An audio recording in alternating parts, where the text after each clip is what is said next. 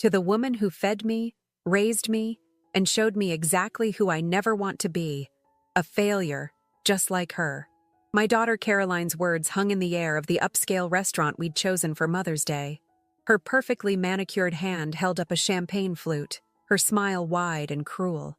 The table, filled with my son-in-law Richard, my 2 grandchildren, and a few family friends, burst into uncomfortable laughter. I sat frozen, my hands trembling slightly in my lap. At 65, I'd thought I was past being surprised by life. Clearly, I was wrong. "Mom, you look shocked," Caroline said, her voice dripping with false concern. "Did you really think we'd keep pretending everything was fine forever?" The waiter arrived with our appetizers, oblivious to the tension.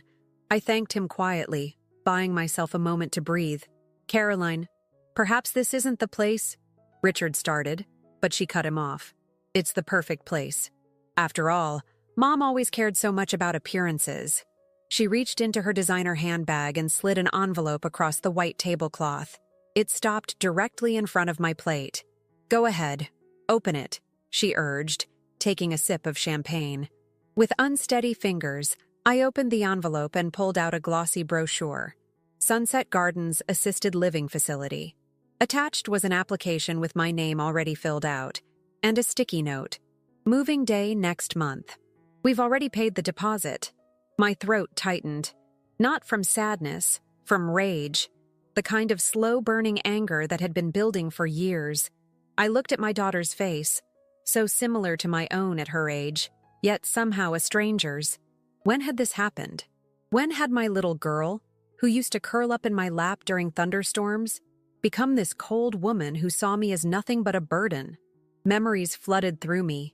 Working 2 jobs after her father left us when she was 7. Putting her through college despite my own dreams being put on hold. The quiet pride I felt when she graduated law school. I raised my water glass slowly, meeting her eyes directly. To the daughter who thinks this is the end of my story. Her smile faltered slightly. I could see confusion cross her face. She'd expected tears, begging, perhaps even public humiliation.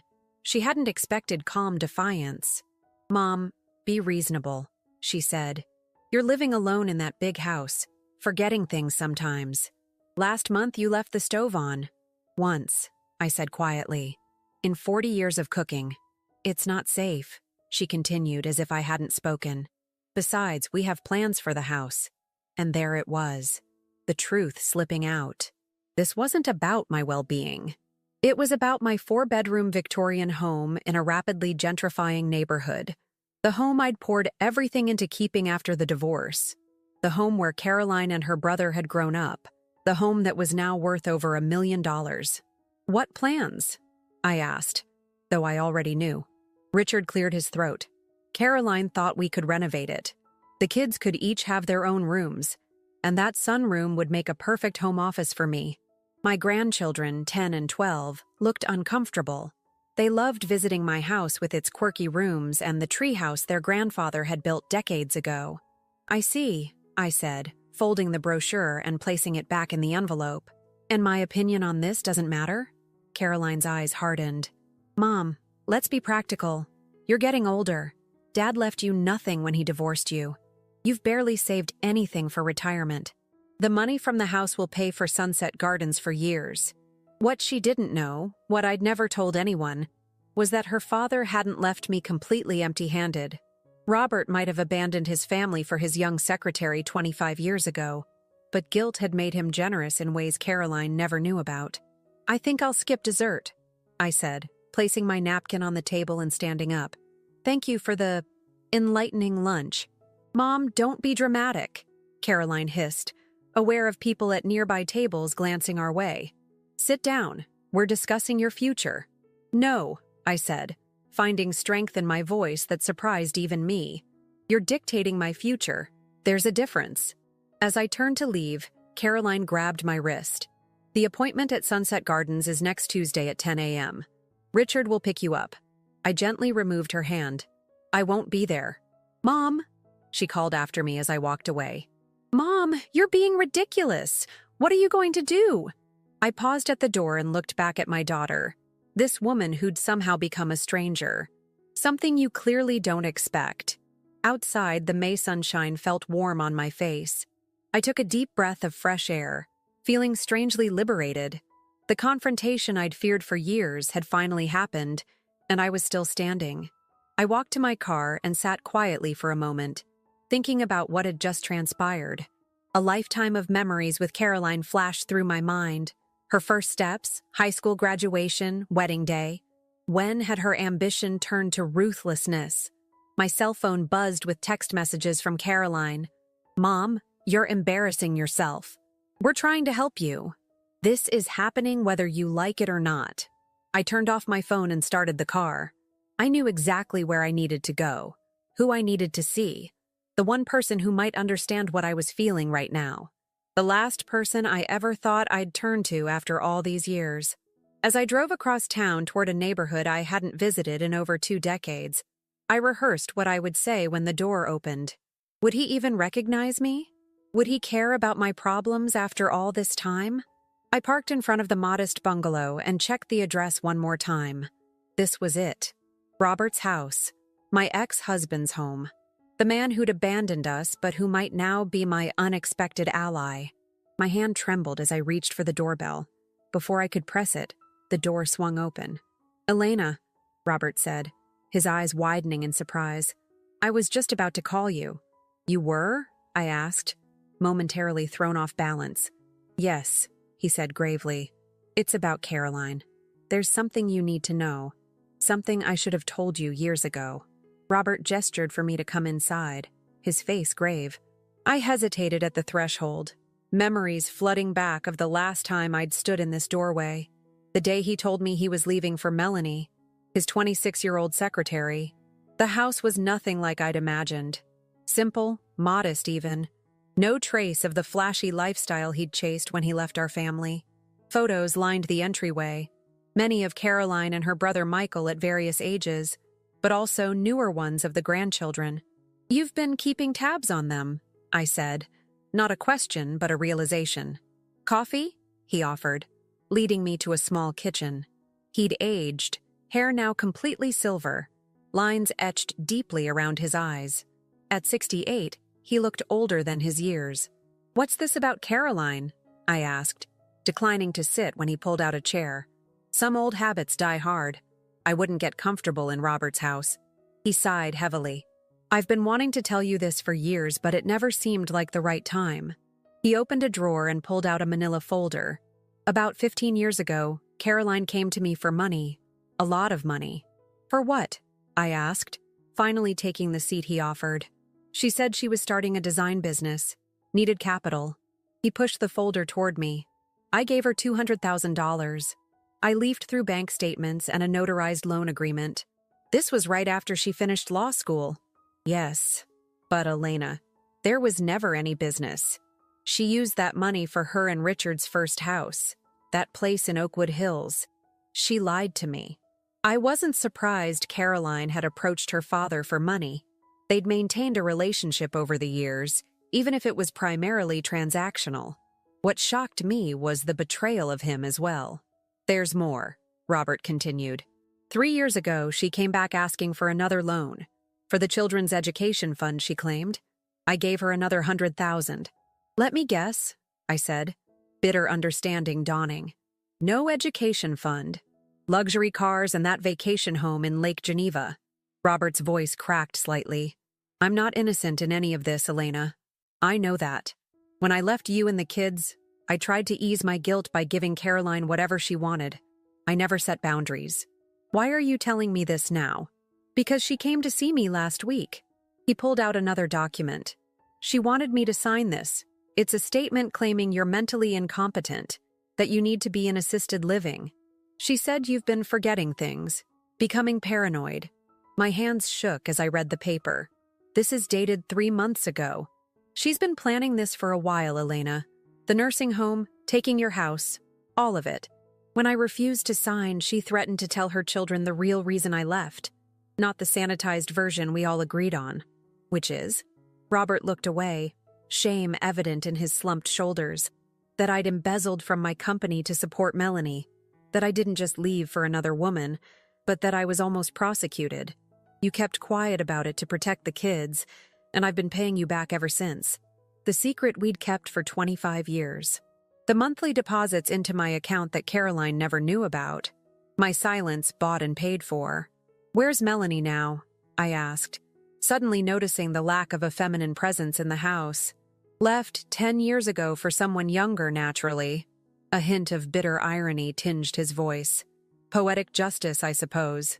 I almost felt sorry for him. Almost. So what exactly is Caroline after? I asked, though I already suspected the answer. Everything, Elena. Your house, my remaining savings. She found out about the payments I've been making to you.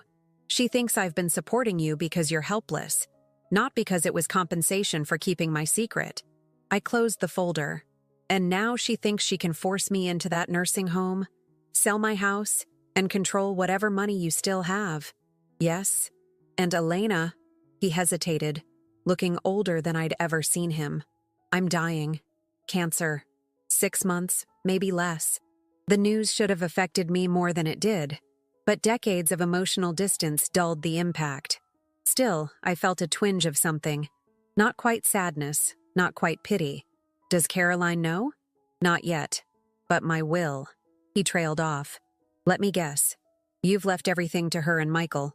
He nodded. It seemed right at the time. But now, knowing what she's planning. He pulled out another document. This is my revised will. I'm leaving half to Michael, who has never asked me for a penny, and half to you. Me? I couldn't hide my surprise. Why would you? Because I owe you, Elena. For everything. And because I trust you to do the right thing with it. He pushed the papers toward me. There's about 1.5 million left. Not a fortune, but enough to ensure you'll never need to worry about a nursing home. Caroline can't touch it. My mind raced. This changed everything, but also nothing. The daughter I'd raised was still trying to strip me of my dignity, my independence, my home. There's something else, Robert said quietly. Something I found in Caroline's papers when she left them here last week. He handed me a real estate listing. My house, my home, with Caroline listed as the seller. The date of listing, next month. She'd already arranged to sell my house out from under me. How could she possibly do this? I own that house outright. Robert slid another document across the table. A power of attorney form with what appeared to be my signature at the bottom. This is a forgery, I whispered, staring at the remarkably convincing signature. I thought it might be, Robert replied. Notice the notary stamp? It's Richard's law partner, James Weston. Of course, Richard's influence extending like a shadow over everything. I remembered signing something at Christmas when I'd been struggling with a bad case of shingles. Caroline had brought over routine paperwork for the property taxes. I'd been in too much pain to read it carefully. I've been such a fool, I said, more to myself than to Robert. We both have, he replied. The question is, what do we do now? I sat in silence for a long moment, the full weight of Caroline's betrayal sinking in. My own daughter, plotting, scheming, willing to discard me like an inconvenient piece of furniture. All for what? Money? The house? Or was there something deeper? Some resentment that had festered for years? I need to speak with Michael, I said finally. Does he know what his sister is planning? I don't think so. He's been in Seattle for the past 5 years. They don't talk much. My son, always the quiet one, the peacemaker. We'd drifted apart after he moved across the country, our communication reduced to holiday calls and occasional emails. But I knew in my heart he wouldn't be part of this. Elena, Robert said, reaching across the table to touch my hand tentatively. I didn't pull away, surprising myself. I know I have no right to ask anything of you, but please let me help fix this. Before I go. Part of me wanted to refuse on principle. Why should I accept help from the man who'd abandoned us? But the practical side of me, the side that had survived raising 2 children alone, that had worked multiple jobs and stretched every dollar, knew that this was no time for pride. All right, I said, but we do this my way. No confronting Caroline directly, not yet. He nodded, relief evident on his face. Whatever you need. I need a lawyer, someone not connected to Richard's firm, and I need time to think, to plan. As I stood to leave, Robert handed me a key. To my lake cabin. About 2 hours north. Caroline doesn't know about it. You'll be safe there while we figure this out. I took the key. An unexpected lifeline. Thank you. Elena, he called as I reached the door. For what it's worth, I'm sorry. For everything. 25 years too late, I thought. But I nodded acknowledgement all the same. Back in my car, I sat gripping the steering wheel, my mind racing through options. I couldn't go home. Not now, knowing what I knew. Caroline might be monitoring me, waiting for a reaction to her Mother's Day ambush. My phone buzzed again. More texts from Caroline. Mom, you're being childish. Call me. Richard is coming over tomorrow to discuss the paperwork. This is happening whether you want it or not. I turned the key in the ignition. Decision made. I needed distance, clarity, and most of all, a plan. Caroline thought she was dealing with a helpless old woman who would roll over and accept her fate. She was about to learn how wrong she was. As I drove north toward Robert's cabin, I made a mental list. Call Michael, find a lawyer, secure my personal documents, access my emergency savings. The initial shock was wearing off now, replaced by a cold, focused determination. My phone rang. Caroline again.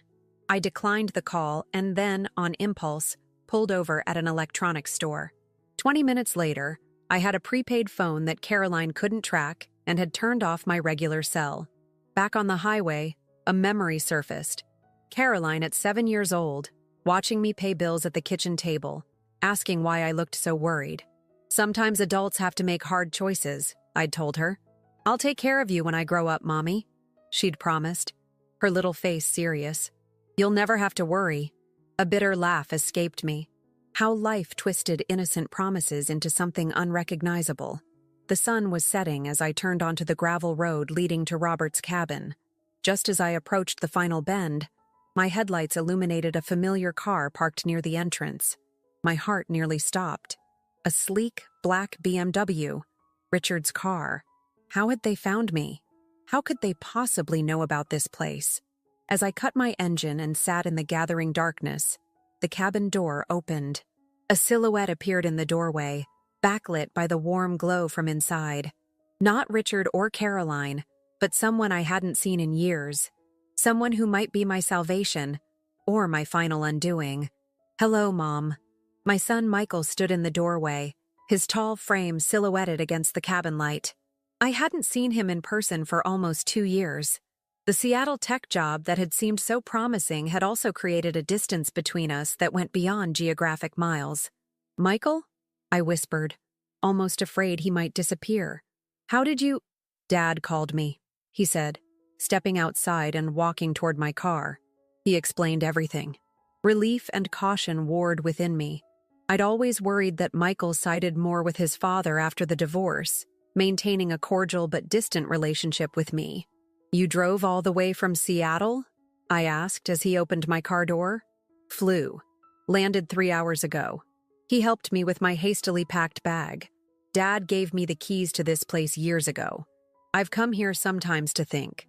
The cabin was warm, pine-scented, with a fire crackling in the stone fireplace. Simple furnishings, nothing extravagant. A far cry from the ostentatious lifestyle Robert had pursued after leaving us. I've made some calls, Michael said, gesturing for me to sit in a worn leather armchair. Lisa is flying in tomorrow. Lisa? I hadn't heard that name in years. My daughter-in-law, or rather Michael's ex-wife. They'd divorced amicably 5 years ago, but I'd always had a special bond with Lisa. A family law attorney with a razor-sharp mind and an equally sharp tongue. She's the best lawyer I know, Michael explained, handing me a mug of tea. And she still cares about you, Mom.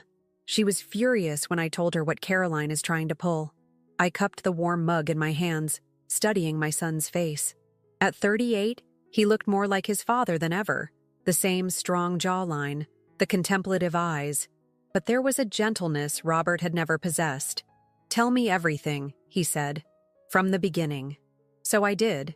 The gradual distancing from Caroline over the years.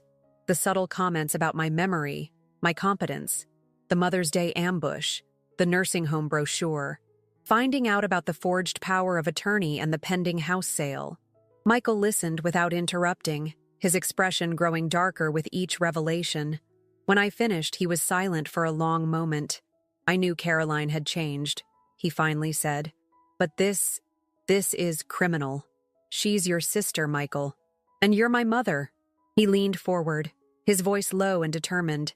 Caroline crossed a line. Several lines. She's not getting away with this. The old me, the peacekeeper, the conciliator, would have tried to soften his anger, to find excuses for Caroline's behavior. But that version of me seemed to have disappeared somewhere between the restaurant and Robert's house. What's the plan? I asked instead. Michael pulled out his laptop. First, we document everything. The forged power of attorney is our smoking gun. That's forgery and fraud. Lisa will help us get an injunction to stop any sale of your house. My Caroline has connections through Richard's firm, I reminded him. So do we, Michael countered. Lisa's firm specializes in elder law and financial abuse cases. Plus, she has no love lost for Richard. I remembered the tension between them at Michael and Lisa's wedding. Richard making condescending remarks about little lawyers from state schools, not realizing Lisa had graduated top of her class from the same Ivy League institution as he had. There's something else, Michael said, his expression softening. I found these when I was setting up the cabin for you. He handed me a small wooden box I recognized immediately, my mother's jewelry box. I'd given it to Robert for safekeeping during our divorce when my living situation was unstable. Inside were my grandmother's pearl necklace, my mother's wedding ring, and several family heirlooms I'd assumed were lost years ago. He kept them all this time, I whispered, running my fingers over the smooth wood. He said they were always yours, that he was just waiting for the right time to return them. Michael hesitated. Mom, I know what Dad did was unforgivable, but I think he's genuinely trying to make amends now. I closed the box gently. Sometimes amends come too late, Michael. Maybe, he acknowledged. But they still matter.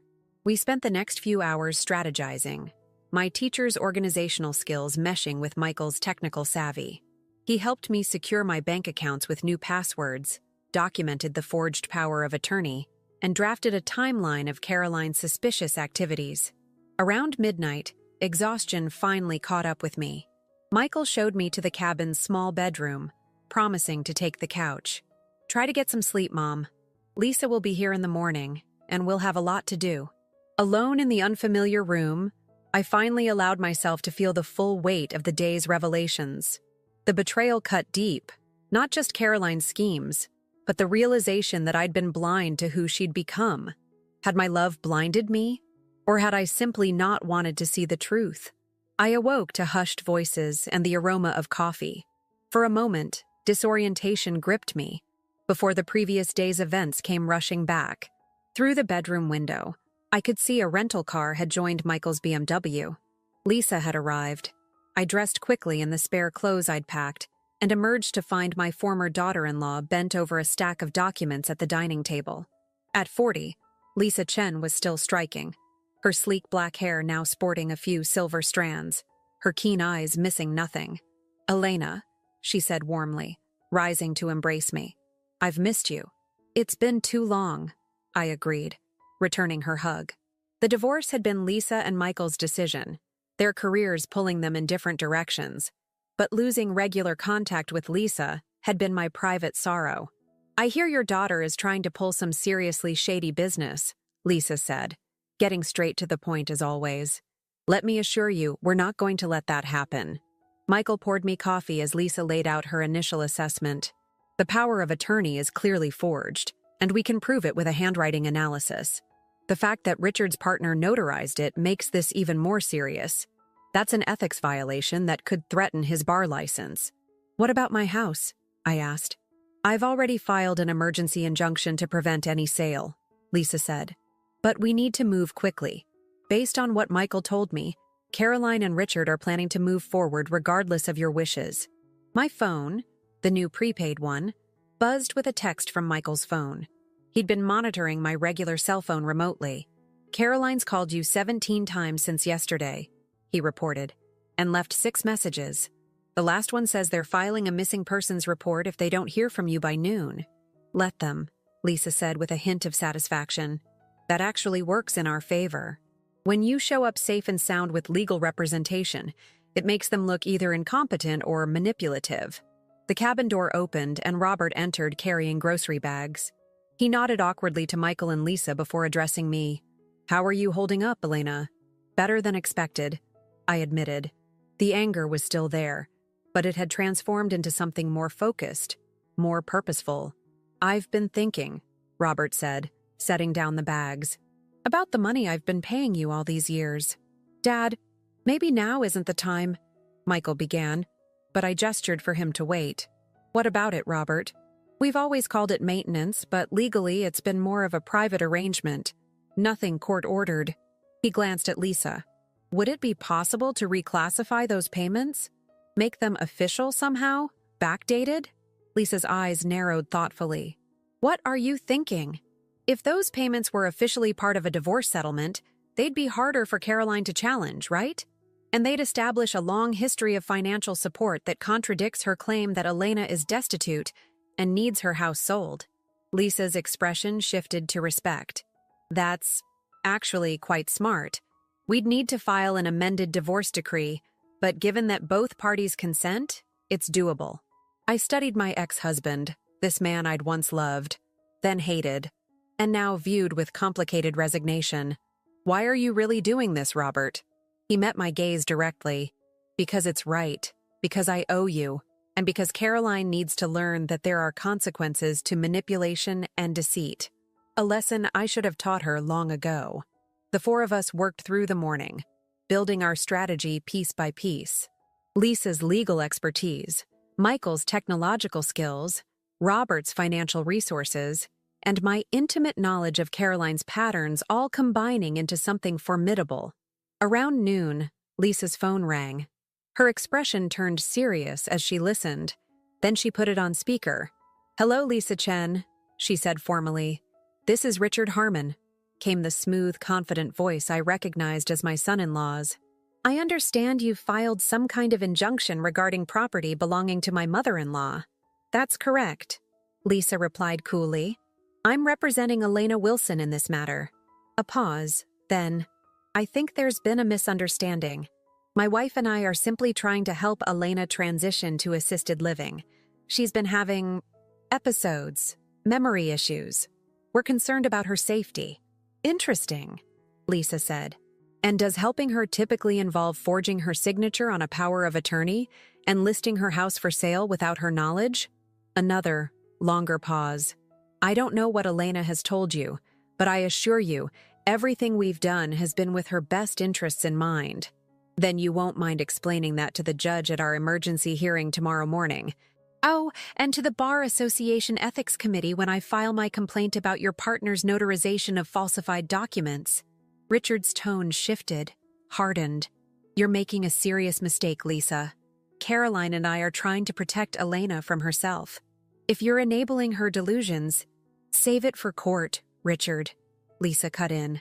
"And let Caroline know that her mother is perfectly fine, just not where you can manipulate and defraud her." She ended the call and looked at me. "They'll try to paint you as confused, possibly even mentally compromised. We need to be ready for that. I've already scheduled an independent cognitive assessment for tomorrow morning before the hearing," Michael said. "The doctor is a specialist who testifies in elder law cases." I felt a strange mix of emotions, anxiety about the confrontation ahead, anger at Caroline's betrayal, but most surprisingly, a growing sense of excitement. For the first time in years, perhaps decades, I wasn't just reacting to life's challenges. I was taking control.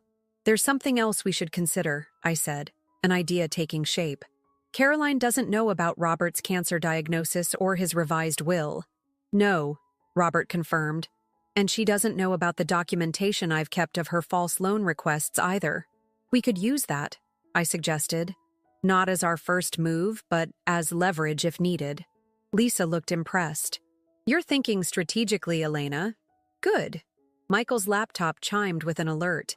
His expression darkened as he read the screen. "What is it?" I asked.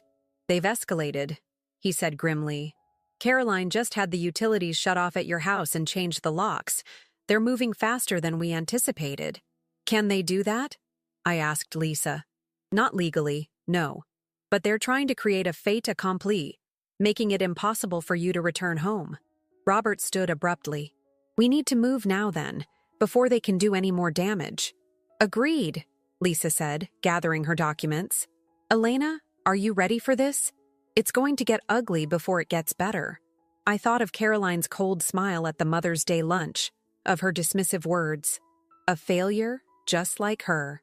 I thought of the decades I'd spent supporting her, believing in her, loving her despite her growing ambition and materialism. Yes, I said, straightening my shoulders. I'm more than ready. As we prepared to leave the cabin, Michael pulled me aside. Mom, there's something else you should know. Something Dad didn't tell you. My heart sank. What is it? It's about Caroline's husband, Richard. Dad found something while looking through their loan documents. Michael hesitated. Tax records showing that Richard's law firm is in serious financial trouble. They've been hiding assets, taking out massive loans. I think Caroline isn't just being greedy. She's desperate. Desperate enough to destroy her mother? I asked, the hurt still fresh. Desperate people justify terrible things. Michael said quietly.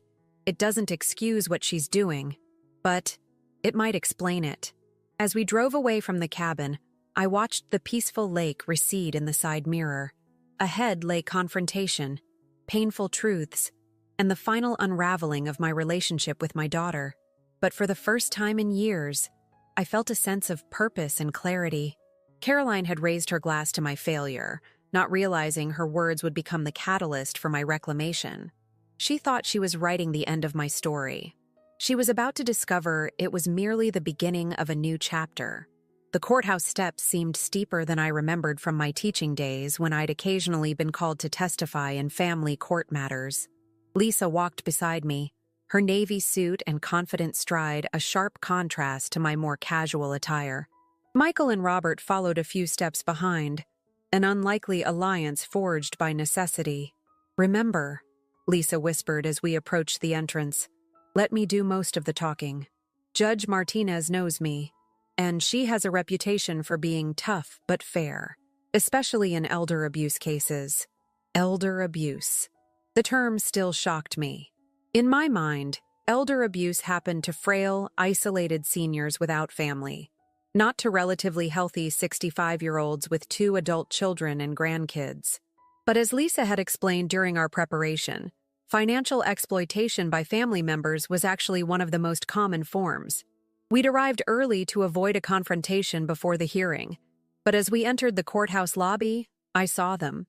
Caroline and Richard, heads bent together in conversation with a distinguished-looking older man I recognized as James Weston, Richard's law partner and the notary on the forged power of attorney. Caroline noticed us first. Her perfectly composed expression flickered momentarily with surprise before settling into something harder. She nudged Richard, who straightened and smoothed his tie. "Mom," Caroline called out, her voice carrying across the marble floor. "Thank God you're all right. We've been worried sick." She strode toward me, arms outstretched as if for an embrace, a performance for any observers. I stood my ground, making no move to meet her halfway. "Save the theatrics, Caroline," I said quietly. "They won't work anymore." Her arms fell to her sides, her mask slipping just enough to reveal the calculation beneath. "What's going on? Dad? Michael? What are you both doing here?" Her eyes narrowed at Lisa. "And why is she involved?" "Ms. Wilson has retained me as her attorney," Lisa stated formally.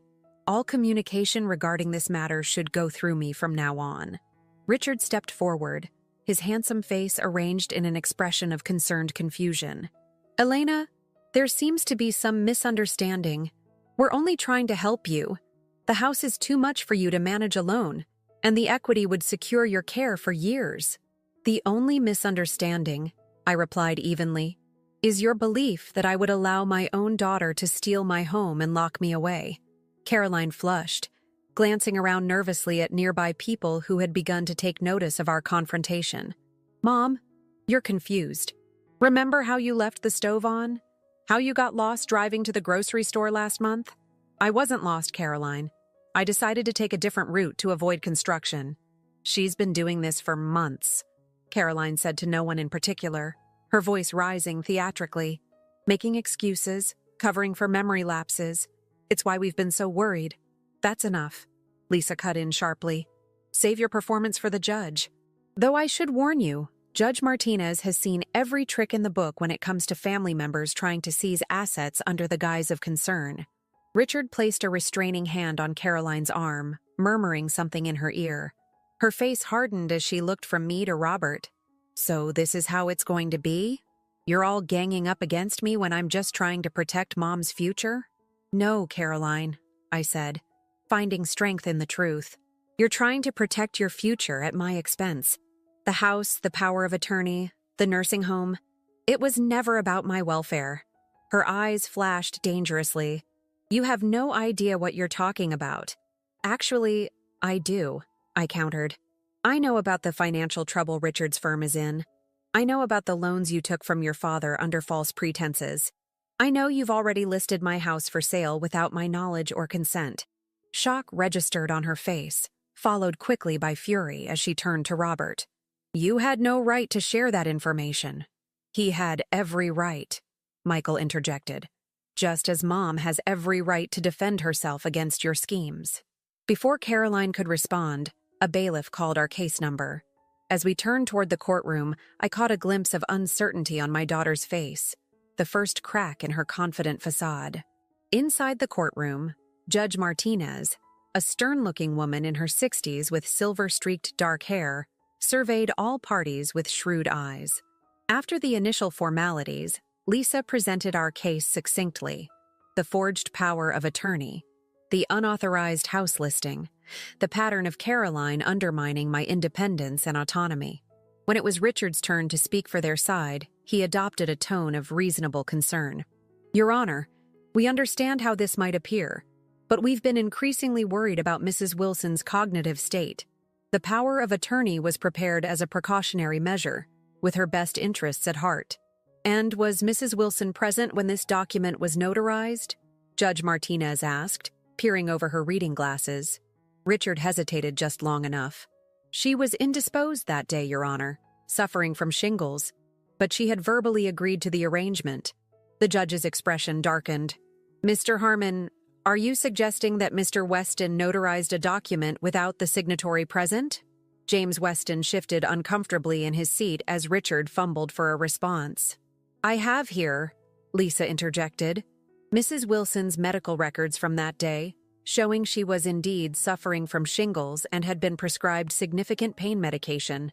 I also have the results of a comprehensive cognitive assessment performed yesterday, confirming that Mrs. Wilson is fully competent and shows no signs of cognitive impairment.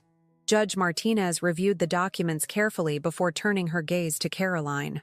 Ms. Harmon, would you care to explain why you took it upon yourself to list your mother's home for sale without her knowledge? Caroline straightened, smoothing her expression into one of daughterly concern.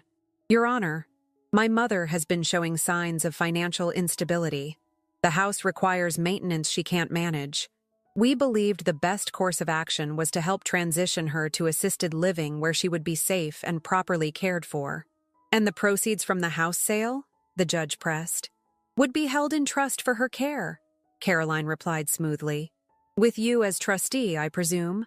As her daughter, it seemed appropriate. Judge Martinez set down her pen and folded her hands. Mrs. Wilson, would you like to respond to your daughter's assessment of your situation? All eyes turned to me. I stood, my hands steady, my voice clear. Your Honor, I have lived independently and managed my finances successfully for over 25 years since my divorce. I am retired, but financially secure. My home is paid for, I have savings, and I receive both a teacher's pension and regular support payments from my ex-husband. I am neither incapable nor destitute. I paused, looking directly at Caroline. My daughter's actions were not motivated by concern for my welfare, but by her own financial interests.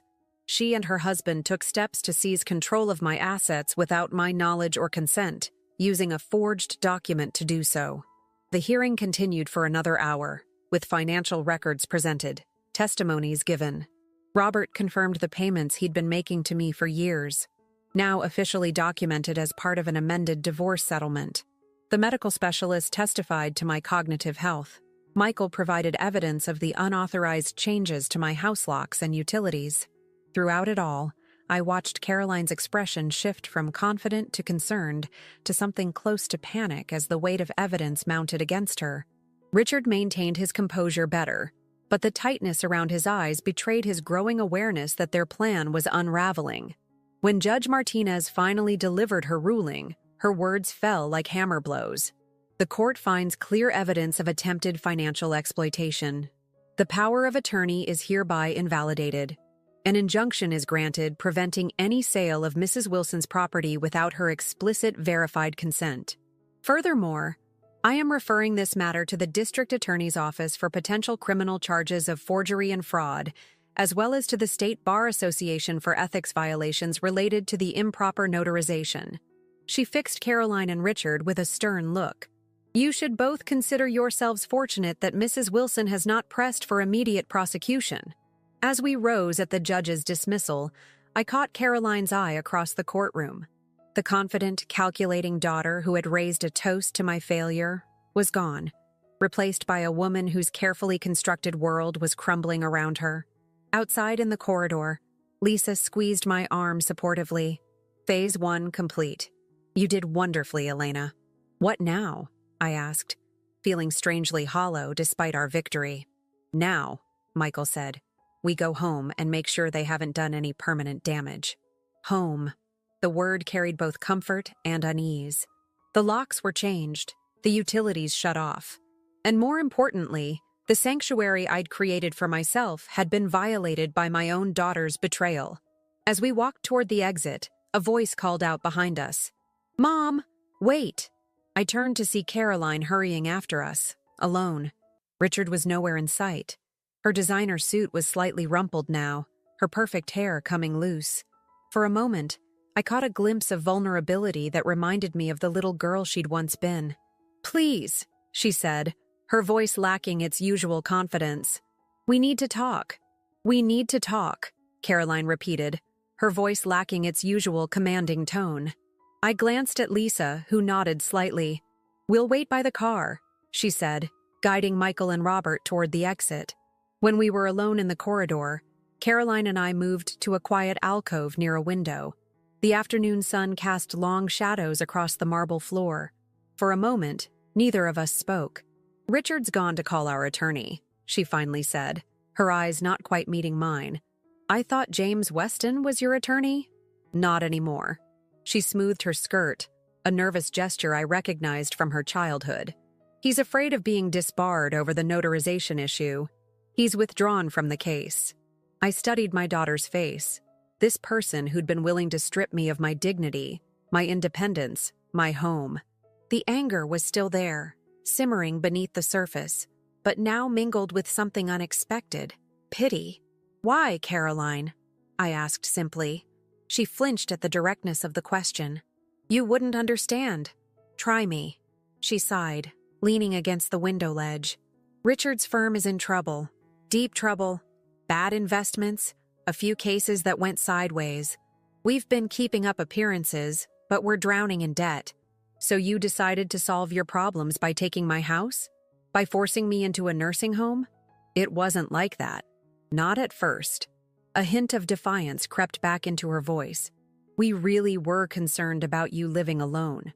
The plan was for you to move in with us temporarily while we renovated the house, then sell it at a profit. The nursing home idea came later, when you started pushing back. When I refused to be a convenient solution to your financial problems, I corrected. Caroline's shoulders slumped. You make it sound so calculated. Wasn't it? It was survival, she countered. Do you have any idea what it's like watching everything you've built crumble around you? The firm, our reputation, the children's private school tuitions? Actually, I do, I said quietly. When your father left us with nothing but debts and broken promises, I had to rebuild from scratch. I worked 2 jobs, clipped coupons, patched clothes instead of buying new ones. Also, you and Michael could have opportunities. That was different. How? Because you have designer tastes and country club memberships to maintain? My voice remained level, but the words cut deep. I made sacrifices for my children. You were willing to sacrifice your mother. Caroline had no answer for that. She stared out the window at the courthouse square below, where ordinary people went about their lives, facing their own private struggles. What happens now? She finally asked. That depends on you, I replied. The judge has referred the case for potential criminal charges. Lisa believes we have enough evidence for a conviction. Fear flickered across Caroline's face. You'd do that? Send your own daughter to jail? The old me, the peacekeeper, the self-sacrificing mother, would have backed down immediately. But that woman had disappeared somewhere between the Mother's Day toast and the courtroom battle. I don't want to, I said honestly, but I will if I have to. The question is whether you're willing to take responsibility for your actions. What does that mean exactly? It means acknowledging what you did, making amends, accepting consequences. She laughed bitterly. And what would those consequences be? For starters, a formal apology. To me, to your father, to your brother. Then returning the money you took from your father under false pretenses. Finally, seeking help, financial counseling at minimum, therapy if you're willing. You want me to go to therapy? She sounded incredulous. I want you to understand why you thought it was acceptable to destroy your mother's life to maintain your lifestyle. Caroline pushed off from the window ledge, pacing the small alcove. And if I agree to all this, the criminal charges go away? I'll ask Lisa to pursue a civil resolution instead, I confirmed. But Caroline, this isn't just about avoiding jail time. This is about whether we have any relationship going forward. She stopped pacing, something vulnerable crossing her face. What does that mean? It means I'll always be your mother. But trust has been broken. Rebuilding it will take time and genuine effort on your part. And if I don't agree? Then we proceed with the criminal charges, and you face the consequences of your actions through the legal system. Caroline was silent for a long moment, the weight of the choice before her visible in her posture. I waited, giving her the space to make her decision. What about Richard? She finally asked. What about him? He was part of this too. Yes, he was, I acknowledged. His choices are his own, as are yours. Something shifted in her expression, a realization perhaps, that she was standing at a crossroads. I need to think, she said, straightening her shoulders. Take all the time you need, I replied, moving toward the corridor. I'll be at home, my home, when you're ready to talk again. This ties 3 months passed. The utilities were reconnected, the locks changed back, my life gradually returning to normal, though normal had taken on a new meaning. Robert's cancer treatment had begun, with mixed results. The prognosis remained grim, but he faced it with a dignity I wouldn't have expected from the man who'd abandoned his family decades ago. Michael visited regularly from Seattle, rebuilding our relationship one conversation at a time. As for Caroline, she'd made her choice the day after the hearing. Richard had wanted to fight the charges, to take his chances in court. Caroline had chosen differently. The apology came first, stiff and formal initially, but becoming more genuine as she talked. The financial restitution to Robert followed, along with her agreement to attend counseling, both for her financial decisions and for the deeper issues that had led to her behavior. Richard had filed for divorce a week later, unwilling to accept the path of accountability Caroline had chosen. His law firm was under investigation, his career in shambles. The grandchildren spent weekends with me now while Caroline worked to rebuild her life, taking a position at a small legal aid office, a far cry from the prestigious corporate law she'd practiced before. Today, she was coming for tea, a Sunday tradition we'd established during her journey toward amends. Our relationship remained fragile, measured in small moments of reconnection rather than the easy closeness we'd once shared. Trust was a seedling that required constant tending. The doorbell rang precisely at 3. Caroline was punctual as always. I opened the door to find her holding a small package and a manila envelope. "Hi, Mom," she said, the greeting still carrying a trace of awkwardness. "I brought scones from that bakery you like." "Come in," I replied, accepting the package. "The kettle's just boiled." In the kitchen, she watched as I arranged the scones on a plate, her eyes taking in the subtle changes I'd made to the house. New curtains, a different arrangement of furniture, small assertions of my continuing independence. "How's Dad?" she asked, accepting the cup of tea I offered. "About the same. The treatments are difficult, but he's determined." I didn't elaborate on the growing friendship that had developed between Robert and me. Not romance, but a kind of peace neither of us had expected to find. Caroline nodded, turning the envelope in her hands nervously. "I have something for you, from the counseling." She slid the envelope across the table, an echo of that Mother's Day lunch that seemed both recent and distant at the same time.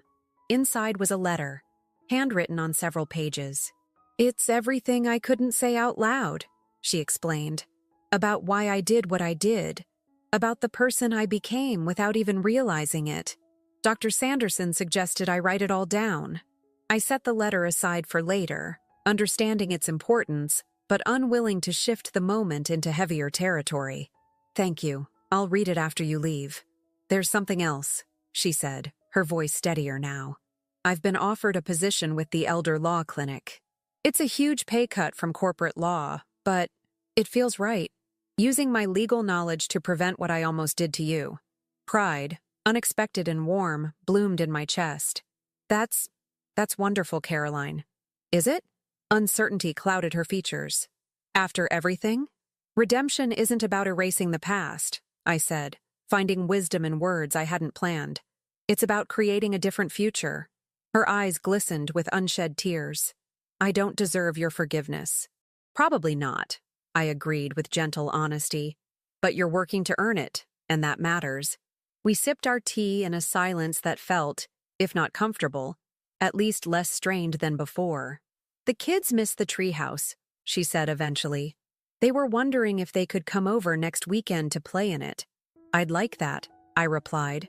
The grandchildren had been cautious around me at first, confused by the family turmoil. Gradually they'd relaxed, returning to the easy affection we'd always shared. As Caroline prepared to leave, she paused in the doorway. "Mom, can I ask you something?" "Of course." "That day at the restaurant, when I gave you the nursing home brochure, you said, 'To the daughter who thinks this is the end of my story.' You seemed so certain, even then. How did you know you'd find a way through?" I considered the question, reflecting on the woman I'd been before that moment. Competent but complacent, loving but perhaps too willing to be taken advantage of. "I didn't," I admitted, but I knew I wasn't finished yet. After Caroline left, I sat on the porch swing, opening her letter. The pages contained raw, painful truths about her resentment of the sacrifices I'd made after the divorce, her terror of financial insecurity after witnessing my struggles, her determination to never be vulnerable the way I had been. Beneath the calculated actions was a wounded child who'd learned the wrong lessons from watching her mother's resilience. Understanding didn't erase the harm done, but it created space for healing. I folded the letter carefully and went inside to call Michael, then Robert, making plans for a family dinner the following weekend. Not a reconciliation exactly, but a beginning. That evening, as I prepared for bed, I caught my reflection in the bathroom mirror. The woman looking back at me was different from the one who'd sat shocked and silent at that Mother's Day lunch. Stronger, clearer-eyed, unwilling to be diminished. Caroline's cruel toast had been meant to end my story, to write me off as a failure, an inconvenient obstacle to her plans. Instead, it had become the catalyst for my reclamation of my home, my independence, my sense of self-worth. I thought of the nursing home brochure, now a distant memory. My story wasn't ending. It was evolving. The future stretched before me, uncertain but mine to shape. Tomorrow, I would call Lisa about the community legal clinic where I'd been volunteering, sharing my experience with other older adults facing similar challenges. Next week, I'd meet with the real estate agent about the small rental property I was considering as an investment. The following month, a weekend trip to Seattle to visit Michael. My last move hadn't been about revenge or punishment. It had been about reclaiming my power and setting boundaries that Caroline, and everyone else, would now respect.